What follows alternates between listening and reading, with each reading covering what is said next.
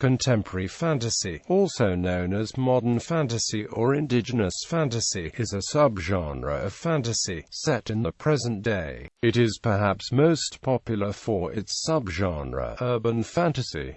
Definition and overview. These terms are used to describe stories set in the putative real world in contemporary times, in which magic and magical creatures exist but are not commonly seen or understood as such, either living in the interstices of our world or leaking over from alternate worlds. It thus has much in common with, and sometimes overlaps with, secret history, a work of fantasy in which the magic could not remain secret, or does not have any known relationship to known history, would not fit into this subgenre. Novels in which modern characters travel into alternate worlds, and all the magical action takes place there, are not considered contemporary fantasy.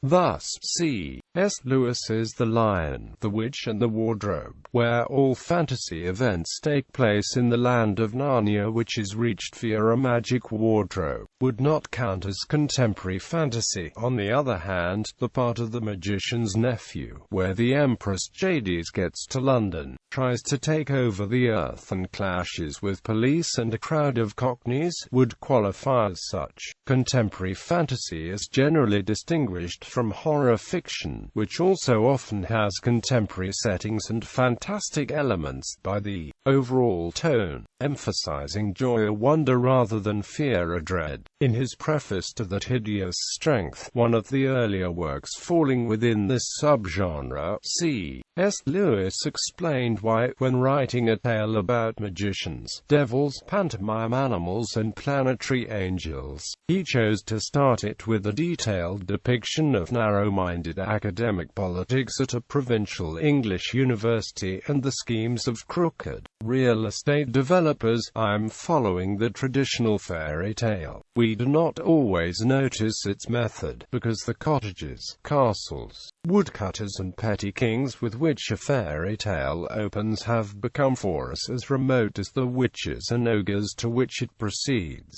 but they were not remote at all to the men who first made and enjoyed the tales. The same is true for many of the later works in the genre, which often begin with a seemingly normal scene of modern daily life to then disclose supernatural and magical beings and events hidden behind the scenes. Subgenres. Contemporary fantasies often concern places dear to their authors, are full of local color and atmosphere, and attempt to lend a sense of magic to those places, particularly when the subgenre overlaps with mythic fiction. When the story takes place in a city, the work is often called urban fantasy. The contemporary fantasy and low fantasy genres can overlap as both are defined as being set in the real world. There are differences, however. Low fantasies are set in the real world but not necessarily in the modern age, in which case they would not be contemporary fantasy. Contemporary fantasies are set in the real world but may also include distinct fantasy settings within it, such as the Harry Potter series, in which case they would be high rather than low fantasy. Examples: 19th and early 20th century Robert Louis Stevenson, The Bottle Imp; H.G. Wells, The Wonderful Visit and the Sea Lady; Selma Lagerlöf, The Wonderful Adventures of Nils; Edith Nesbit, The Magic City, Samide series, House of Arden series, The Enchanted Castle, The Magic World and other works. Rudyard Kipling, Puck of Pook's Hill; William T. Cox, Fearsome Creatures of the Lumberwoods; Charles Williams, an early innovator of theology-oriented contemporary fantasy; Mikhail Bulgakov, The Master and Margarita; Stella Benson, Living Alone; Edward Eager, The Magic Series; P.L. Travers, Mary Poppins; Eric Carstner, The 35th of May, or Conrad's Ride to the South Seas; Hendrik Willem van Loon, Van Loon's Lives; C.S. Lewis, That Hideous Strength; Jack Williamson, Darker Than You Think; Later 20th and early 21st centuries. The Young Wizards series by Diane Duane. The protagonists live in Manhattan, New York, but each book in the series has a different setting. Settings include various planets within and outside of the solar system and various alternate universes. The Borrowers series by Mary Norton. Virtually the entire oeuvre of Charles de Lint. Most of the novels of Tim Powers, various works by Mercedes Lackey, the Japanese series, franchise Fate, Stay Night, which takes place in a world where magic has all but vanished as technology has overtaken it, and all the gods and magical creatures have disappeared. Various works by Tanya Ha, Isaac Asimov's The 2-Centimeter Demon, and other stories involving the tiny demon Azazel. Boris and Arkady Strugatsky's Monday Begins on Saturday, where magic and characters from Russian myth exist in the Soviet Union of the time of writing. J.K. Rowling's Harry Potter series, set in the United Kingdom during the 1990s.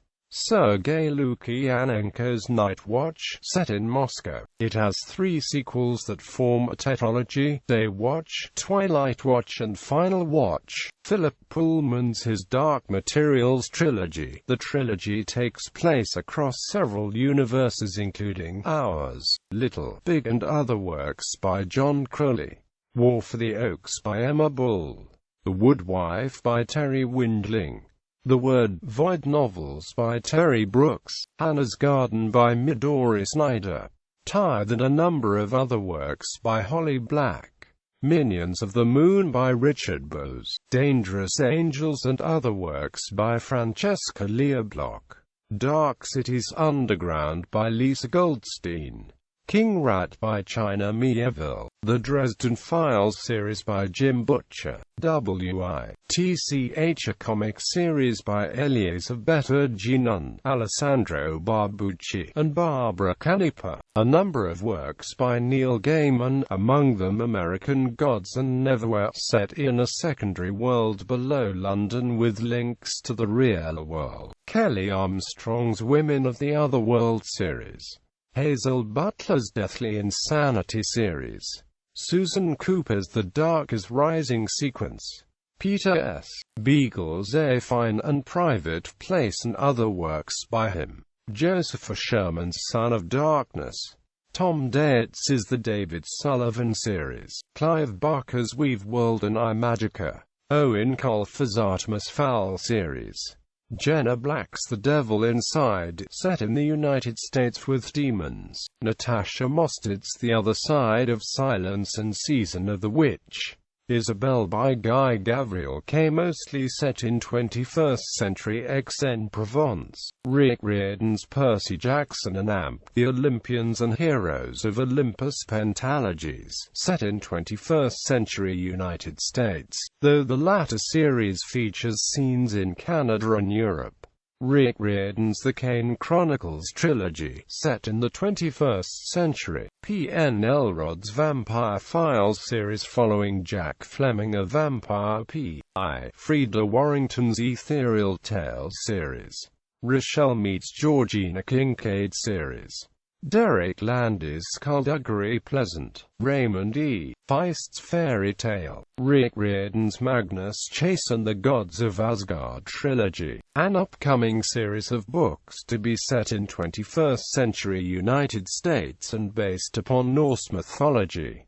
Richard Kadri's Sandman's Limb series. Overlap with other genres. Contemporary fantasy can also be found marketed as mainstream literary fiction and frequently marketed as magical realism, itself arguably a fantasy genre. Examples include Practical Magic by Alice Hoffman, The Antelope Wife by Louise Erdrich, and Mistress of Spices by Chitra Banerjee Devakaruni. In other media, Type Moon's Fate, Stay Night is set in Fuyuki City, in a world where magic is disappearing as science and technology overtake it and make it functionally redundant. Certain families in the city and the world at large have magical circuits in the souls, and can cast spells among other abilities. While Takahiro Yamato's case No Stigma is set in modern Japan and center around a young man with powers to control wind, the mighty Thor of Marvel Comics can also be considered to belong to this subgenre, depicting a god of Norse mythology sharing his life between 20th-century New York City and the legendary Asgard.